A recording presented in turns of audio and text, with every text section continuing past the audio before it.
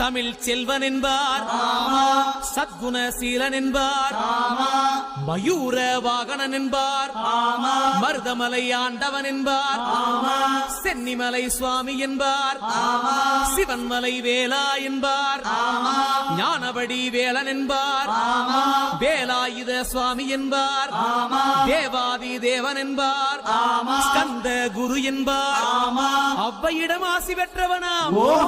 அப்பனுக்கே பாடம் சொன்னவனா, கார்த்திகை பெண்ணிடம் வளர்ந்தவனா, தேன் தமிழ் காத்த தெய்வமா, மயூர வாகனத்தில் வருபவனாம், சித்தாதி சித்தனா, சஷ்டி கவசம் கொண்டவனாம், அப்படிப்பட்ட முருகனவே ரொம்ப ரொம்ப சின்னவனா, முருகன் சின்ன சின்ன